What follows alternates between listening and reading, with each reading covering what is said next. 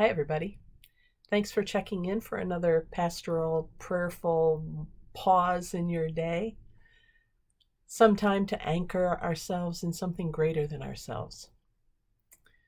And as we are approaching Palm Sunday and the beginning of Holy Week for those people in the Christian tradition, I think about how Jesus never said, "Worship me." He said, "Follow me."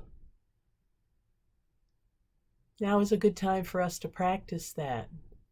And we're not going to be able to do it, all of us, at the same rate or at the same depth. Some of us will not be able to do it for longer than a minute at a time, and that's okay. We do what we can do, and we grow deeper and stronger in our spirit.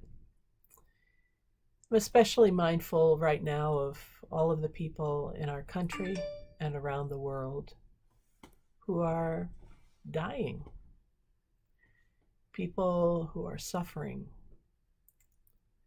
people who are grieving the loss of loved ones or are fearing the loss of loved ones, especially if they happen to be among our first responders and our medical personnel. I'm mindful of the great courage that people summon in moments like these. There was a time in my life when I did a lot of soul searching in my 20s and 30s, teens, trying out different religions, trying out different practices, different meditation practices. There's what some people call a divination tool, though, that I have held on to over the years, and it really speaks to me. It's interesting. It always seems to speak to me in a language that I can understand, which to me is the definition of how God reaches out to us. And it is a round tarot deck. I never liked tarot where you had ups and downs, and I was always afraid I'd misinterpret what was upright and what wasn't. And so I like the round deck because there's no right way to look at it.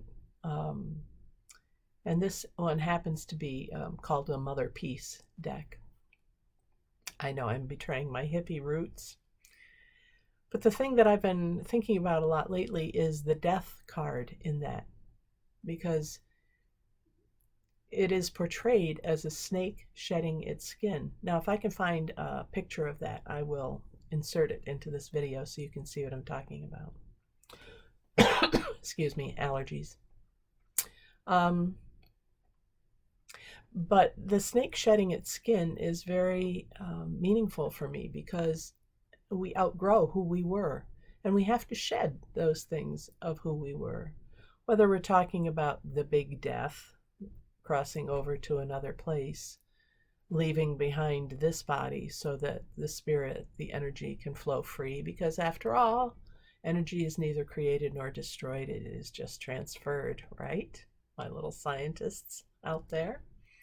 So I figure that that's just the spirit that's being transferred. That energy is moving on.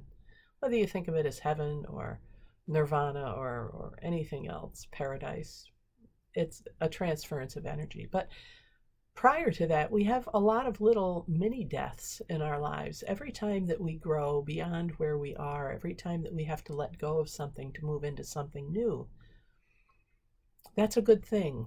We are continuing to evolve and continuing to, to grow. In order to have the new life, there has to be a death of something. We have to let go of something. So for those of us who are Christian, preparing to enter this holy of weeks, holiest of weeks probably, and for those who are non-Christian, who are just watching me and saying, how can I get anchored in something? Maybe think about all the times that we've been through transitions and transformations in our lives, all the times we've had to redefine, all the times we've had to shed our skin in order to move on. Because every time we realize that, I think we are reassured that there's life after this. There is something better and something new coming along. So hang in there, everybody. keep praying or lighting candles or meditating or sending positive intentions, whatever it is you do. That's a good thing. Deepen the trough that those spiritual rivers flow through in your life. All right. That's it for now. I'll see you over the weekend in worship services that we've posted from South Church Rochester on YouTube. It is Palm Sunday. We invite you to worship with us, and then I'll see you back here for another prayerful pause on Monday. I'm Pastor Deb Swift from South Presbyterian Church in Rochester, New York. You can learn more about our Acts of Faith ministry at www.southpc.org. That's South as in the direction, PC for Presbyterian Church.org. Be safe, be well. Wash your hands, don't touch your face. All right, bye for now.